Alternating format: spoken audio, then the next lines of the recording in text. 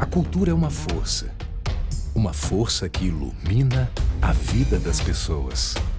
O vídeo institucional da CEMIG, patrocinadora do evento, mostra diversos eventos culturais como peças de teatro, apresentações em praça, apresentações musicais, desfiles e diversos outros.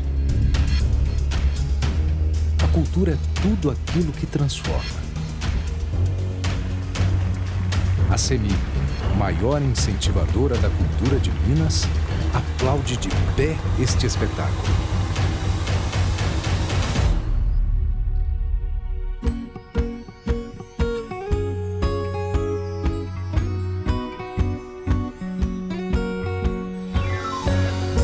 CEMIG, transformando vidas com a nossa energia.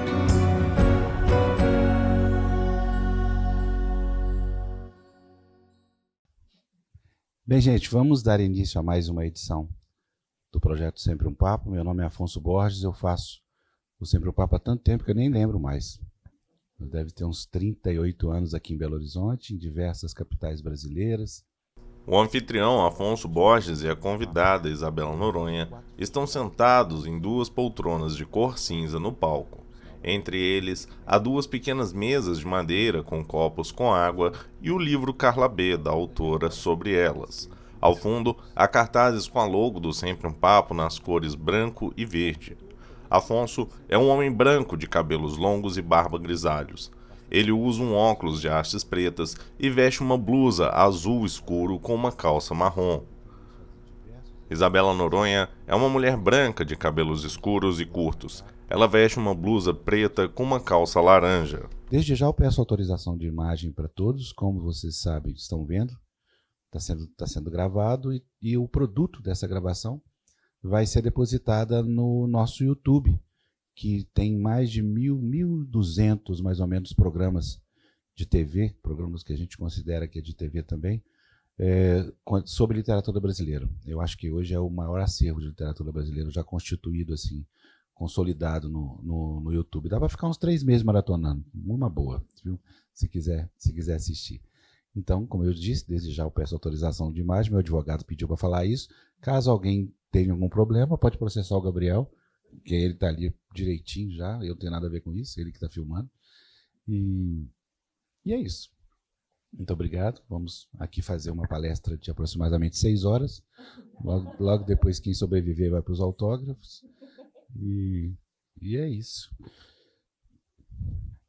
Bela, alegria estar aqui com você. Alegria de participar dessa sua história literária, né, desde o primeiro livro. Muito boa noite. Boa noite, Afonso. Vou começar agradecendo o seu convite para eu estar aqui. Para mim é super especial estar aqui, Belo Horizonte, onde eu nasci, onde eu cresci. Ver essa plateia cheia de gente querida, pessoas muito amadas estão aqui hoje. Então, o lançamento hoje tem um sabor todo especial para mim. Para nós também, para nós todos, né, gente? Então, enfim, como eu disse, como esse evento é um programa gravado e vai se perenizar, né, no YouTube, eu queria pedir para você começar. Falar um pouquinho da história sua, no começo mesmo em Londres, ou talvez até antes um pouco. Tá. Vamos falar um pouquinho do Resta 1. Tá bom. Bom, eu tenho uma frase no Carla B que eu vou roubar para mim, que eu acho que não teve assim, um momento que eu comecei a gostar de literatura. Na plateia, uma espectadora acompanha atentamente a fala de Isabela. Mas teve fragmentos, coisas muito importantes das quais eu me lembro. Então, por exemplo, eu acho, desde pequena, meu pai, odontopediatra, ele escovava o dente da gente recitando poesias. Depois, eu me lembro de estar sempre atenta, né? A escrita sempre foi uma coisa que me mobilizou. Na escola, né? Eu estudei no Loyola aqui, acho que todo mundo conhece, e ali também se desenhou assim uma jornada em que eu me reconheci como uma pessoa que gostava de escrever. E com o apoio das professoras, assim. E eu acho que essas coisas, elas são pequenas e elas são grandes, porque a gente vai colecionando ao longo da vida, e para chegar na vida adulta, e a gente pode transformar isso e atender isso como um chamado ou não. Para mim, isso primeiro se apresentou quando eu fui fazer jornalismo, e fui ser jornalista porque gostava de escrever, mas também porque gostava de contar a história das pessoas. E aí, uma vez que entrei na vida profissional, sempre me atraíram muito os textos de jornalismo literário, que são os textos de jornalismo mais longos, que é, por exemplo, o que faz a Piauí, mas o que fizeram assim, o Geitalese, o Truman Capote, que são as pessoas que a gente estuda na faculdade. E aí, quando eu estava no momento assim da carreira que eu era editora, eu comecei a sentir necessidade de nomear as coisas que eu via num texto, porque a gente sabe intuitivamente, acho que todo mundo aqui sabe intuitivamente, esse texto é bom, esse texto é ruim, mas por que é bom? Por que é ruim? Então, quando eu comecei a tentar responder essa pergunta de um jeito assim racional, eu fui fazer um curso que eu achava que ia me ajudar a responder a essas perguntas, e foi um curso, ironicamente, de ficção, né? Um curso de escrita criativa, que é um termo super amplo, que abarca, para mim, muitas coisas. Naquela época, eu acho que eu não sabia, e daí, de novo, eu me vi numa turma que escrevia... E aí eu me vi pela primeira vez, não foi de novo, foi pela primeira vez, numa turma que escrevia ficção, e aquilo era novo e velho para mim, porque era velho porque eu sempre me senti muito próxima deste tipo de história, desse tipo de narrativa, da ficção imaginativa, como a gente diz hoje, né? Então, também, ao longo da adolescência, eu fui uma adolescente muito leitora, que me lembro de passar a noite acordada e depois passar um dia com sono por querer terminar um livro da coleção Vagalume. Me lembro de ficar emocionada lendo um livro da Escola na Terra e de ter gostado de sentir essa emoção. E, ao longo da vida, escrevi histórias, escrevi poemas. Eu tenho guardado um livro que eu escrevi quando eu tinha 5 anos. Um livro super estranho, que está ao contrário, bastante realista, porque é um lobo que corre atrás da menina. No final, ele consegue pegar ela. Termina assim. Então, acho que já tinha ali um viés. E aí, enfim, então voltei, e o que era novo eram os meus colegas que tratavam assim a palavra de um jeito muito mais livre, muito diferente do que eu tratava como jornalista. E porque eu fiz esse curso, e foi em São Paulo, foi com a Noemi Jaffe, com uma turma que era uma turma incrível, são pessoas que até hoje elas são meus companheiros assim na literatura. Eu tive a chance de morar em Londres, e quando eu estava pensando no curso, eu fui fazer um curso que me permitiu me dedicar completamente a isso. E aí não era, eles chamam de creative writing, mas eu gosto mais da tradução criação literária, pelo menos para esse curso que eu fiz, porque para fazer esse curso a gente tinha que entregar no final os capítulos iniciais de um romance. As primeiras 30.000 palavras, são muitas palavras. E eu embarquei e pude me dedicar, e fiquei por conta disso, e me senti transformar bastante, assim. Lá em Londres, eu senti a pele descascando, assim, pensava, eu acho que é isso, assim, eu estou mudando de pele aqui. Estou virando outra. E quando eu voltei, foi que eu voltei de lá, eu tinha 2 livros na mala. Eu tinha o Resta Um e tinha o Adeus é para Super-Heróis. O Resta Um foi um livro que eu contei muito com o feedback, os comentários da Bernardina Evaristo, que é minha tutora querida, uma super escritora, que até hoje a gente tem muito contato. E o Adeus foi um livro que surgiu ali nas oficinas. Então, trouxe os 2 na mala para o Brasil. Terminei os 2 aqui. E inscrevi o Adeus é para Super-Heróis no Barco a Vapor. O livro ganhou o prêmio. E com isso, abriram-se as portas. O Afonso fez essa ponte com a companhia. E enviei o manuscrito do Resta Um para eles, né? E assim começou. O Resta Um, já tinha. Não, ele chamava. Esse nome, quem deu esse nome foi a minha editora, a querida Júlia Búcios, lá da companhia. Eu sou péssima para dar o nome para os meus livros. Eu não batizei nenhum deles. Só pari as crianças. Mas quem deu os nomes foram as editoras, mas, claro, sempre, enfim. Chegava naquele momento e como é que vai chamar? Mas ele chamava alguma coisa parecida, era alguma coisa sempre com números. Em algum momento eu pensei em batizar com só uns colchetes assim vazios, uma coisa bem conceitual, e aí, graças a Deus, que a Júlia falou, não, vamos deixar Resta Um, vai ficar melhor. Ela tinha razão. E o Adeus também, essa frase, Adeus é para Super-Heróis, é uma frase que está no livro. E quando eu escrevi o livro no prêmio, ele se chamava O Garoto que Engolia Palavras. Mas esse mote, o garoto que, a garota que, o menino que, a menina que, ele está um pouco gasto.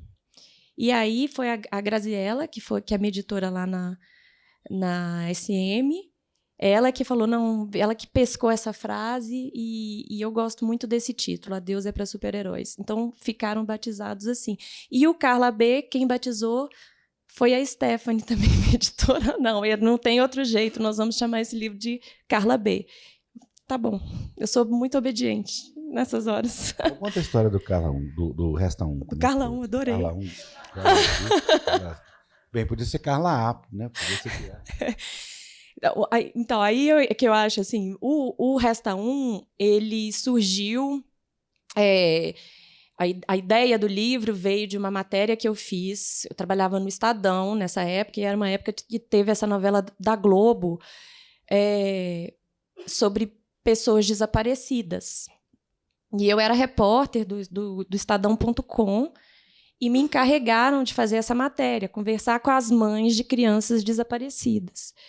E eu fui nessa missão assim muito aberta, muito jovem, e foi muito difícil para mim, assim, porque eu cobri essa matéria, depois eu cobri muitas outras coisas muito impactantes e tristes e emocionantes. Eu cobri a cratera do metrô em São Paulo, cobri a queda do avião da TAM.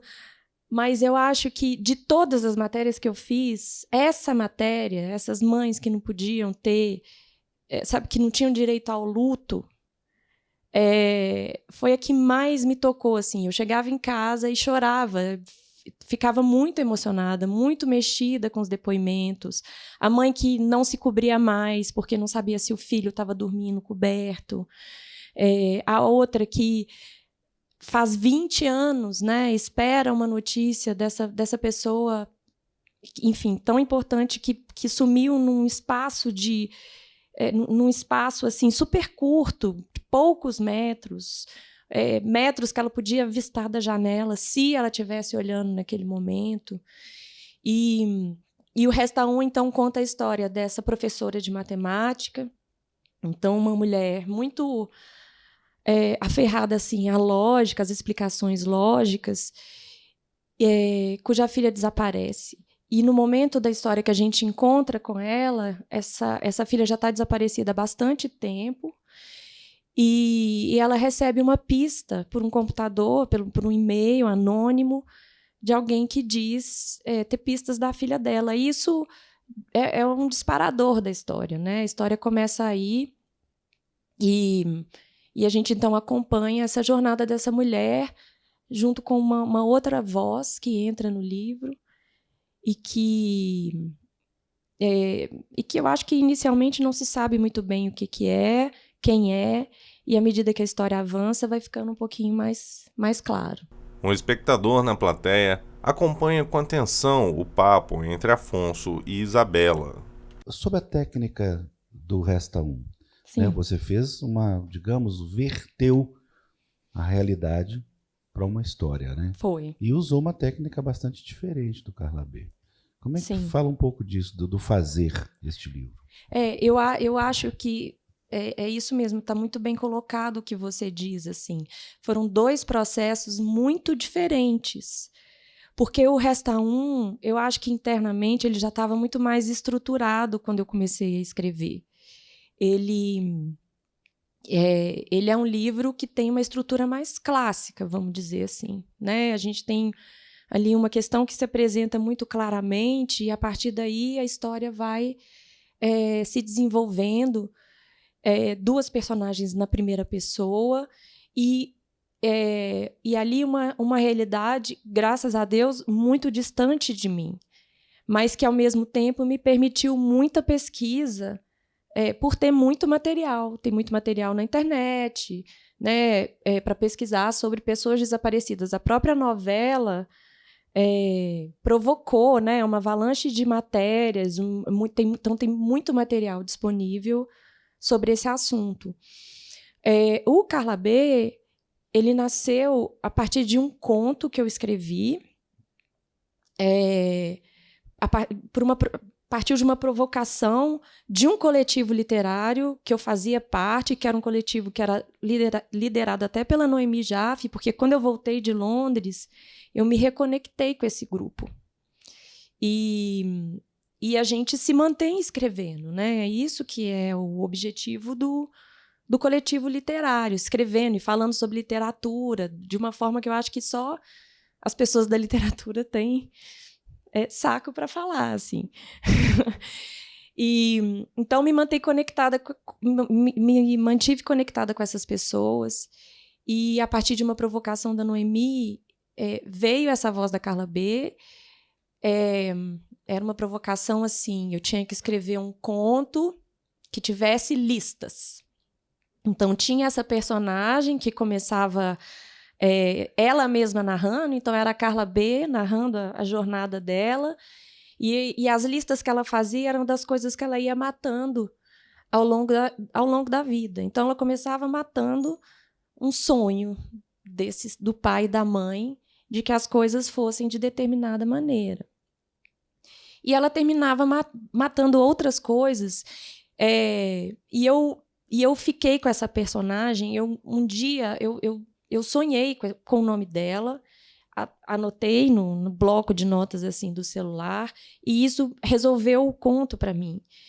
E fiquei com essa personagem, e depois que eu tinha lançado o Resta 1, eu comecei a querer achar que Carla B podia ser um livro, que a história dela teria fôlego para virar um romance. E comecei a escrever, mas eu achava que a Carla B estava muito articulada. Então, a voz dela, que era a voz que tinha nesse conto inicial, para um romance, para o que eu estava pretendendo ali, ela já não me servia mais. E eu passei muito tempo investigando a voz da Carla B, experimentando a voz da Carla B, pensando, ela vai falar, mas se ela falar, se ela estiver dizendo em voz alta, né, essas são as escolhas que a gente faz, então, como autor. Ela está fazendo um registro escrito? Ela está sendo gravada? Ela é um registro oral? Para quem ela está falando? Né? Com que intenção ela está falando? E eu comecei essa investigação e eu cheguei numa voz da Carla B. Assim, eu li um livro que foi muito importante para mim, que se chama Lincoln no Limbo. É um livro desse autor norte-americano que se chama George Saunders. Esse livro foi um livro premiado, muito falado em 2017.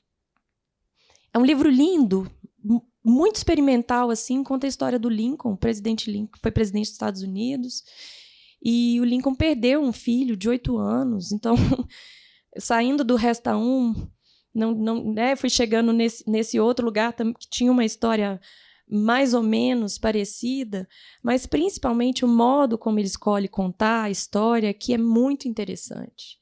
Porque é muito diferente, ele se permitiu trazer recortes de jornal da época, e é muito legal, porque são recortes que às vezes se contradizem. Um diz assim, estava uma noite com uma lua maravilhosa, no outro diz, era uma noite nublada. E, ao mesmo tempo, ele trabalha vozes fantasmagóricas ali, né? São fantasmas conversando, porque é no limbo, a gente está no limbo. E ele desestruturou um pouco assim, o que é a linguagem, e isso me deixou muito tocada. Eu falei, olha, então tem uma possibilidade, tem outras possibilidades a serem exploradas. Isso me ajudou um pouco a tirar o pé do chão e chegar na voz da Carla B. Mas quando eu cheguei na voz da Carla B, eu senti que eu tinha criado uma outra questão para mim. É que eu achava que Carla B precisava de companhia. Ela precisava de uma outra pessoa que ajudasse ela a contar a história dela. Então, eu não queria calar a Carla B. Para mim, era muito importante que ela tivesse uma voz e que ela dissesse por si mesma. Mas foi muito importante também que ela tivesse uma companheira, alguém que ajudasse a Carla B a conduzir a história. E aí nasceu a Saramara. Então, a Saramara veio depois da Carla B. Em um sentido, ela é mais jovem que a Carla B, embora muito mais velha. Você acha que você consideraria que a sua literatura é policial? Sabe, outro dia eu estava escutando um podcast muito bom, assim, e eles estavam falando sobre isso da literatura policial, como tem pouca literatura policial no Brasil, mesmo traduzida, e outros países têm uma tradição muito forte, a Itália, por exemplo, né, de literatura policial. E eu fiquei pensando, será que eu escrevo literatura policial? Mas eu acho que não. Eu tive até vontade. Eu acho que a literatura policial tem outros elementos que não estão nos meus livros, mas eu acho que, sim, eu escrevo suspense, thriller, talvez. Eu acho que isso talvez se encaixe um pouco mais com o que eu trago para os livros, assim. Como é que você chegou na estrutura, principalmente inicial do seu livro, nessa coisa travada que é o início? Foi um longo processo, assim, porque, olha só, enquanto o Resta 1 eu tinha uma estrutura muito clara, quando eu comecei a escrever esse livro, eu não sabia, não tinha ideia de para onde ele ia. E depois que eu cheguei na voz da Saramara e na voz da Carla B, uma primeira versão desse texto, ele terminava depois que as duas tinham uma briga e a Saramara via a Carla B indo por um lado esquisito da rua que ela nunca ia. E quando eu terminei aí, eu não sabia para onde Carla B estava indo, e eu também não sabia para quem Saramara estava falando. Mas a Saramara já dizia assim nesse texto, eu declaro aqui, por isso eu devo declarar que... E por que ela dizia isso, as pessoas que leram, pessoas queridas que leram, disseram, mas por que ela está falando assim? Com quem que ela está conversando? E Nem você sabia. Não sabia. E aí eu tive que pensar sobre isso e a história começou a nascer. Então, em termos de processo, voltando à sua pergunta anterior, esse processo foi muito mais... A história ela foi me pedindo coisas. foi me pedindo coisas. Eu gosto que seja assim, eu gosto muito que tenha sido assim, de ter que ouvir o próprio texto. Por que eu tinha escrito aquela frase? Eu não sei. Na plateia, uma espectadora ouve atentamente. Eu acho que é por isso que eu tenho uma relação muito intensa, muito estranha com essas duas personagens. Sensorial também, né? Porque eu acho que elas existem. Acho que elas baixaram. Mas eu assim, então, acho que voltando, os ruídos, né, que eu acho que é a voz da cidade, eles foram a última coisa que, eu acho que das últimas coisas, o último personagem a ser definido do livro. Porque ele foi tendo várias versões e não é uma versão muito anterior a essa, uma versão que não tinha tantos ruídos. Mas depois, porque aí das perguntas que vão surgindo e dessa vontade de responder a pergunta, é que foram surgindo, bom, então, se é isso, se é assim, se é uma degravação, então isso vai ter que ter um ruído. Mas não só isso, né? Para mim, é importante que esses ruídos estejam aí, estejam como estão. Eu entendo que eles são um risco para mim, estilístico como autora, mas uma vez que eles foram para a página, eu não consegui mais pensar na história sem esses ruídos. Eu acho que eles são importantes para a história, pelo incômodo que eles causam, porque eles são barulhentos, eles são incômodos e porque eles calam muitas coisas. Então, não é só pelo que eles dizem, eu acho que é também pelo que eles calam. Existe também a forma com a qual o autor define o tempo da leitura do leitor, né?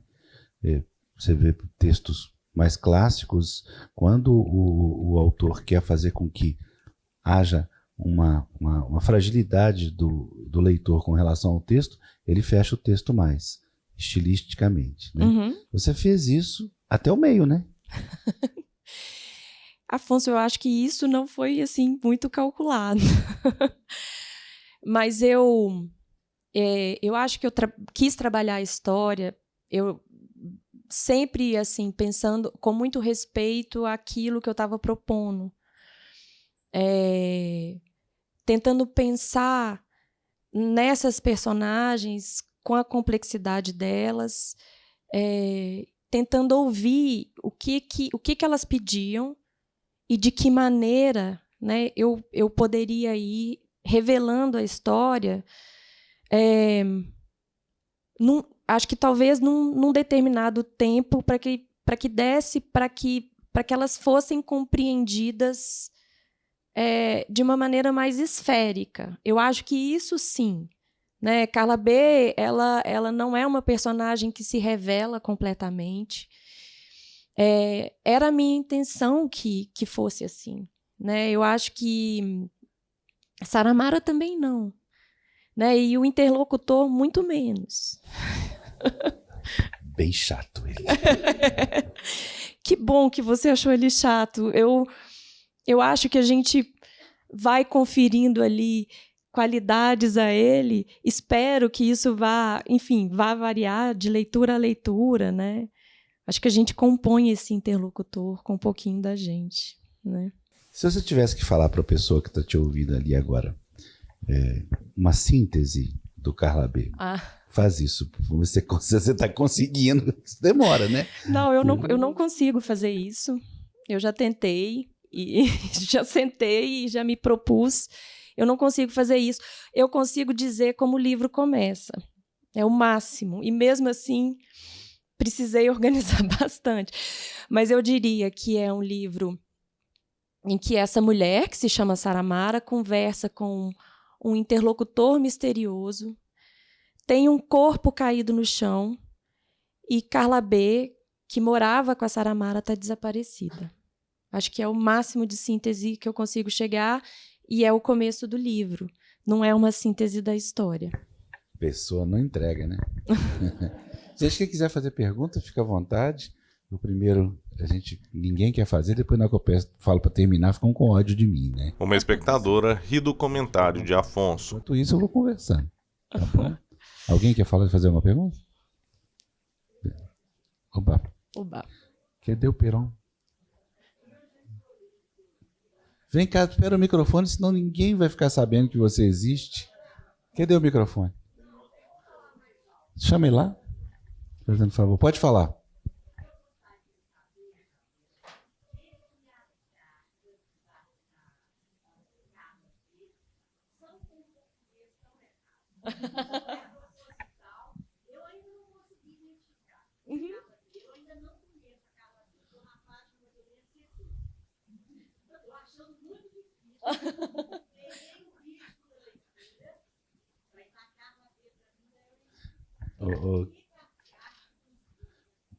Repete a pergunta para gravar.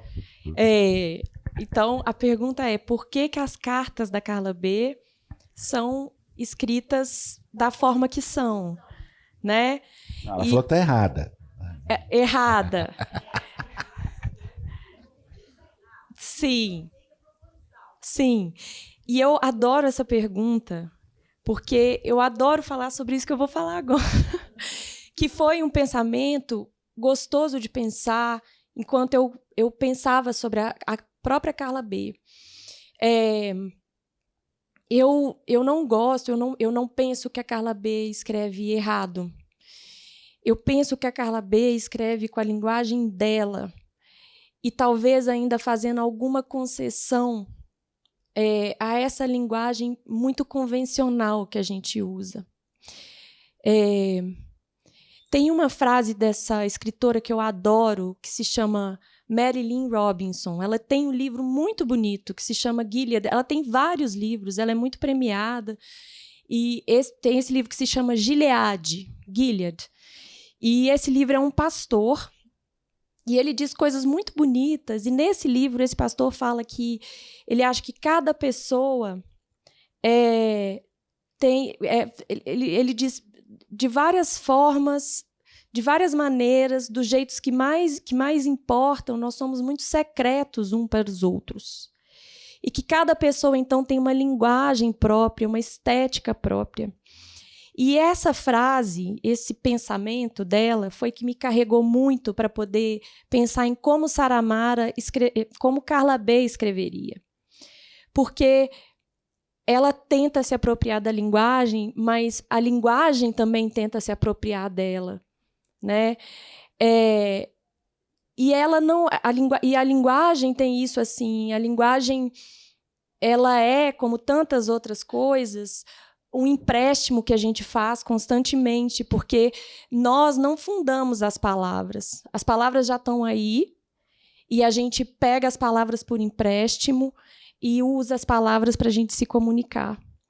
E eu queria que Carla B fosse livre para poder escolher as palavras da forma dela, fosse livre para se dobrar ou não ao que já foi estabelecido muito antes dela, ao que inventaram para ela. Não foi ela que inventou, né, aquela linguagem. Pensando desse jeito que a linguagem, a palavra, ela sempre cerca. De alguma forma, a palavra sempre diminui, né? E por isso também as cartas da Carla B, elas não são pontuadas. Porque a pontuação também, né, é uma baliza, é uma cerca, é uma declaração assim de intenção. E eu entendi que ela não se expressaria dessa forma. Foi um exercício para mim conseguir conjugar na página o que eu entendo da forma da Carla B se comunicar, que para mim, ela foge a qualquer tipo de convenção. E o desejo dela de se comunicar dentro destas regras, mas que, na minha interpretação, é um desejo superficial, não é um desejo profundo. Então, um desejo fraco. E daí, essas coisas que às vezes escapam ali pelas fissuras, né? Esses erros que sobram, mas que são uma expressão talvez muito mais genuína dessa linguagem que é dela, desta personagem. Imagina. Uma espectadora assume o microfone para fazer uma pergunta. Bela querida, eu ainda não li o livro, obviamente, acabei de comprá-los. Mas aqui, eu queria te perguntar o seguinte, porque você anunciou agora há pouco, né, que os seus livros têm essa pegada, né, assim, do suspense, do thriller, né? E pelo que você disse, sempre uma outra voz acompanha os personagens, né? Aí eu queria, assim, porque você dizendo do seu percurso, né? E você fala, se remete a sua primeira história, né? Que foi um lobo mau correndo atrás de você, né? Se isso tem algo a ver, né? Se essa sua escolha, né? Parte desse ponto, assim, de algum jeito. Madrinha, eu nunca tinha, você sabe, depois que eu descobri, eu lembrei desse livro depois que eu já tinha publicado o Resta Um. E aí tem uma coisa que eu gosto muito, e também porque eu sou professora de escrita, então eu tenho acesso ao texto de muitas pessoas. Que é de você começar a escrever e começar a deixar correr na página aquilo que está dentro de você, e às vezes as pessoas se assustam com aquilo que está saindo de dentro delas. Porque, claro, a gente acha lindo o Guimarães Rosa, a gente acha lindo a Clarice Lispector, a Lígia Fagundes, a gente acha o Walter Hugo Mãe, são textos talvez mais líricos, né, que vão para esse lugar do belo, do poético, mas tem outras literaturas, né? E quando eu descobri o livro, eu fiquei tão feliz, porque eu pensei, olha aí, gente, desde os 5 anos já era assim, a menina vai correndo a cidade toda, coitada, no final. Eu acho que eu também não sabia dar um fim. Falei, o lobo pegou a menina. Uma espectadora faz uma pergunta ao microfone. Me intrigou muito, porque a Saramara, no início... Não, eu percebi isso na Saramara do Instagram, que foi no seu lançamento lá em São Paulo, na fala dela.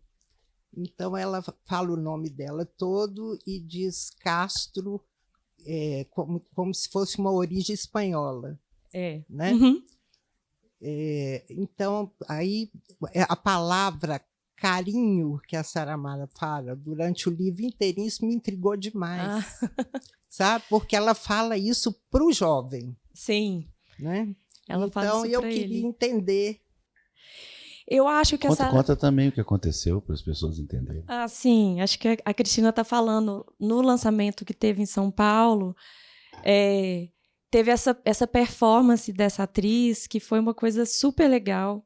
Eu tinha combinado com ela que ela entraria um pouco como os ruídos do livro, então ela entraria no meio da sessão de autógrafo e começaria ali como Saramara a falar. E foi muito combinado. Eu encontrei essa atriz, que é a Érica Puga, que topou super fazer essa performance, e foi muito entregue, foi muito bacana. E quando ela começou, algumas pessoas ficaram achando que eu estava sendo assim, atacada no meu lançamento. Um amigo escreveu, quase que eu fui lá interromper, porque ela começou falando comigo, como o livro começa, no meio de uma conversa. E ela começou falando comigo do nada, e tem um certo tom. Você não vai falar nada? Né? E nessa hora, então, Saramara diz que ela tem ali uma ascendência espanhola, e porque ele pergunta para ela, né, supostamente, não sei, aqui eu estou entrando um pouco, enfim, mas sobrenome do meio, então ela fala de Castro, né, como se tivesse uma origem espanhola. Mas o que eu acho é que na linguagem, assim, eu nem sei o tanto que Saramara sabe falar espanhol ou não. Não sei quão perto são, quão próximos são esses ancestrais, se é um avô que ela conheceu ou se é bem mais para trás. o carinho é muito, eu acho, a tentativa dela de seduzir esse interlocutor, né? Seduzir no sentido de manter essa pessoa ali do lado, manter o jovem ali do lado dela. Então, acho que ela usa ali o repertório que ela tem para chamar ele para perto. Então, foi assim. Bela, o que a professora falou para você depois que leu o livro? Qual professora? A professora.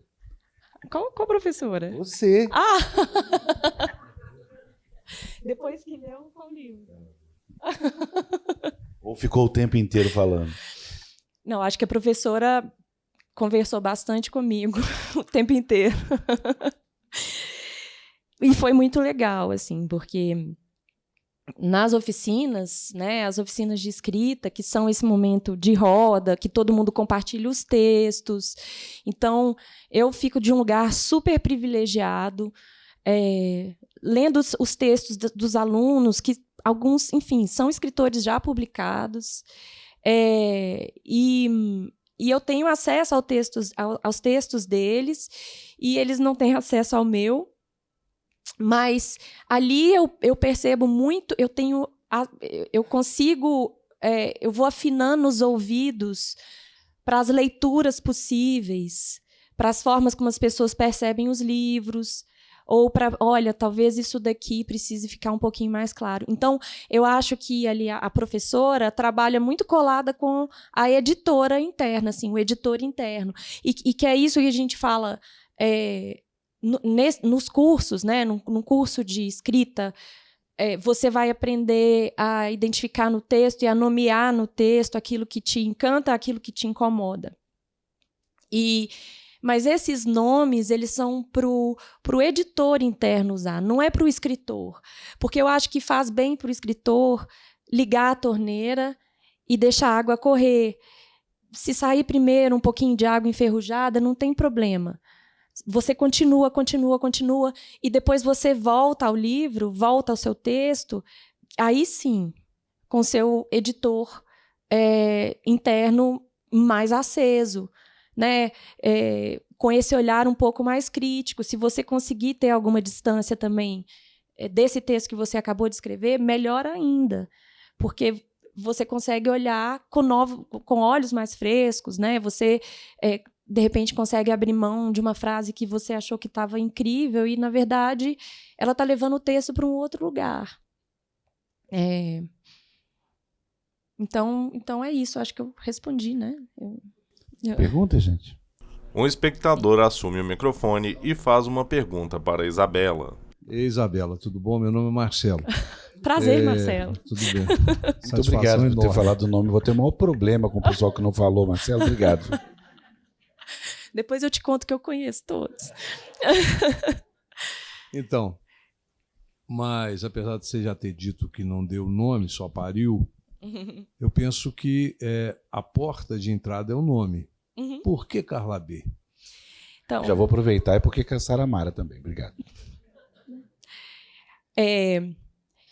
Eu gosto, assim, neste livro em particular, né, eu fiz esse exercício dos nomes únicos, vamos dizer assim. As razões para os nomes das duas, Saramara e Carla B, são diferentes. Eu acho que a da Carla B fica mais clara, o nome dela, a razão do nome dela fica mais clara ali na leitura do livro. E o da Saramara, eu não me lembro exatamente como me veio esse nome,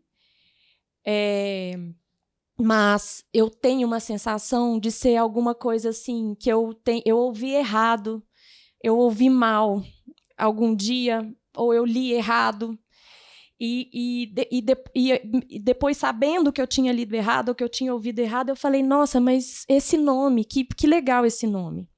Eu me apeguei a ele, ao Saramara. Mas ele veio assim, ele veio de um engano, ele veio de um ruído, olha só. E é super legal que pensando que depois da volta inteira que foi a escrita do livro, né, seja um livro também cheio de ruídos, porque o nome da Saramara vem daí.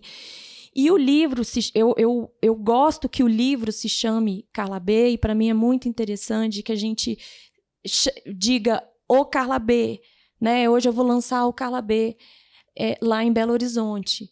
Então, esse jogo também acabou ficando super interessante, porque é a minha proposta aqui.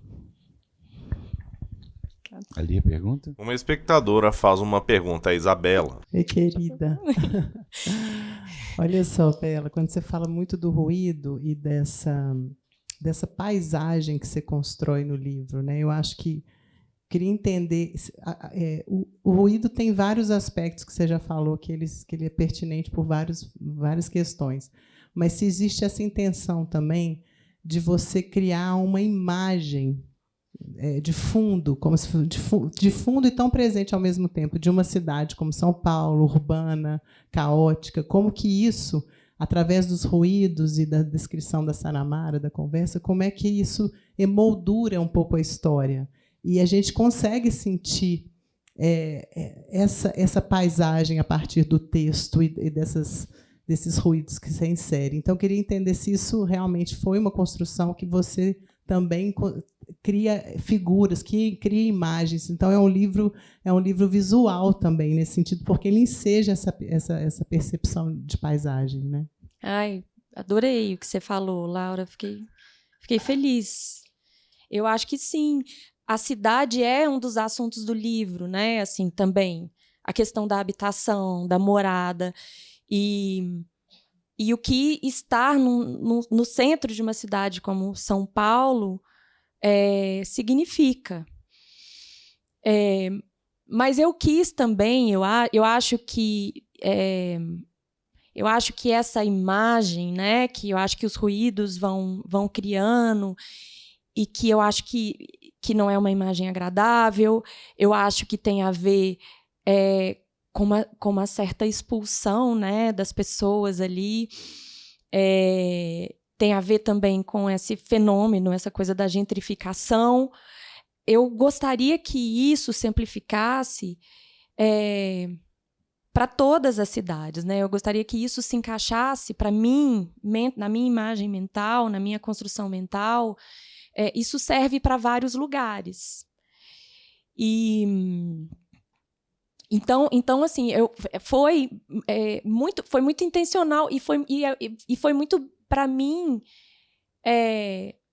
Eu sei que é desafiador no texto, porque ele vai travando o texto, mas a cidade em si, né? Ela também ela causa esses solavancos, essas trombadas de subjetividades. Né? Porque, no fundo, é isso. Eu acho que é uma manifestação da cidade ali também querendo falar e querendo calar, querendo falar e querendo calar. E, entrando nisso da gentrificação também, eu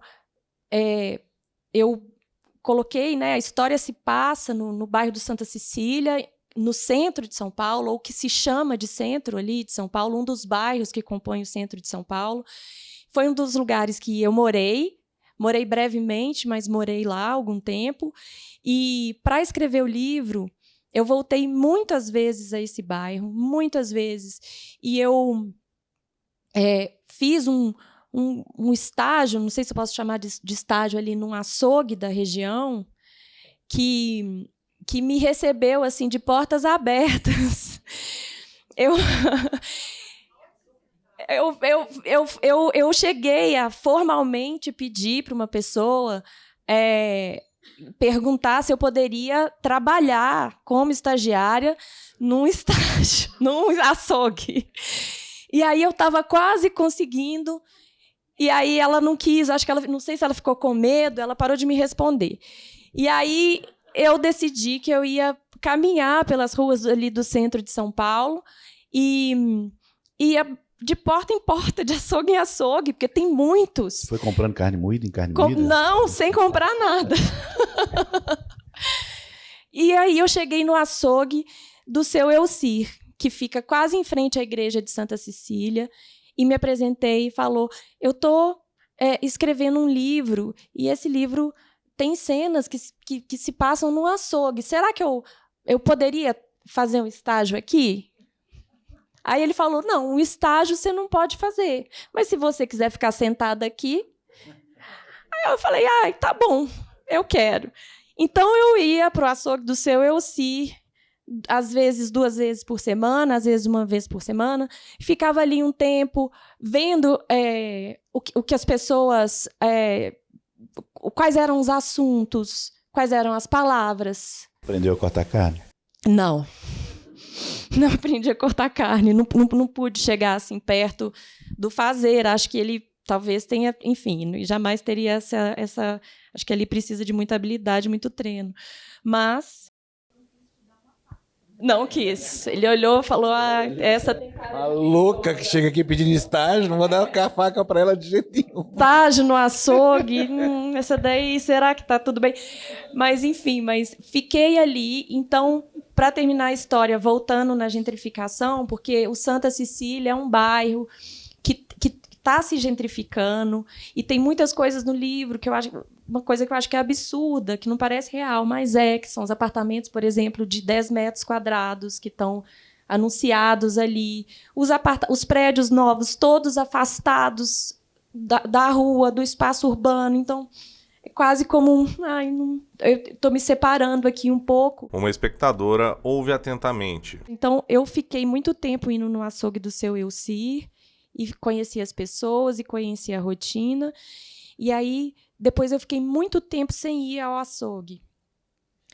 E quando eu voltei ao Santa Cecília, de novo, tentando me conectar com o livro, com os barulhos, com a rotina do bairro, o açougue do seu Elci já não estava mais lá. Então, eu não me despedi do seu Elci, eu não sei o sobrenome do seu Elci, e o açougue, que era um açougue pequeno, com seus personagens ali, as pessoas usando as roupas próprias, uma touca, mas uma bota mais velha, virou um açougue com um pé direito super alto, hiper iluminado, as pessoas todas uniformizadas. Então, ao longo da minha pesquisa para o livro, eu testemunhei, né, uma mudança, essas mudanças do bairro. E essa, em particular, me tocou mais ainda. Você permite que o Alexandre fale primeiro antes de você? O espectador assume o microfone e faz uma pergunta a Isabela. Ei, Alex. Todo mundo que leu o Resta 1 deve ter ficado com aquela expectativa do tipo, e o segundo, né? Quando que vai vir esse segundo livro? Em que medida que esse livro vai dialogar com o primeiro, né? E quem te conhece sabe do seu processo, da sua vinda do jornalismo para a literatura e todo essa pesquisa do Resta 1 que você falou que você fez, né? De entender aquele tema e de narrar também, de contar uma história também com viés de reportagem, assim, gerando aquela curiosidade no leitor, né? Tudo aquilo que você trouxe no Resta 1. E aí vem o Carla B. Eu fiquei pensando muito no Los Hermanos, sabe? Assim, quando ele soltou o primeiro álbum, todo mundo ficou apaixonado com a Ana Júlia e vem o bloco do Eu Sozinho na sequência, que o disco que o cara da gravadora falou assim, cadê o hit? Né? E eles falaram, não vai ter hit. A sensação que eu tive com Carla B, eu tive, né, o privilégio de poder ler antes, né, a gente pôde trocar sobre o livro, é que ele não era nada do que era o Resta 1, a princípio, né, num primeiro olhar. E depois, já entendendo a sua literatura, eu pude ver assim, como que era muito o Resta 1, em termos da estrutura, né, da concepção de um romance polifônico, né, 2 vozes que transitam ali, que conversam, que atravessam o livro. E óbvio que eu também fiquei no plano da comparação, porque o segundo livro a gente fica comparando e tentando entender como é que é essa literatura, para onde que isso aqui vai. Então, esse misto de estranhamento e tentativa de reconhecimento também dos elementos que eram comuns, né? E, sobretudo, essa questão da polifonia, dessas vozes, que eu acho que no Resta 1 você se esforçou para dar identidade para as 2 vozes, e no Carla B você implodiu o edifício, né? Tipo assim, você falou, para ter identidade, então elas vão ter identidade, né?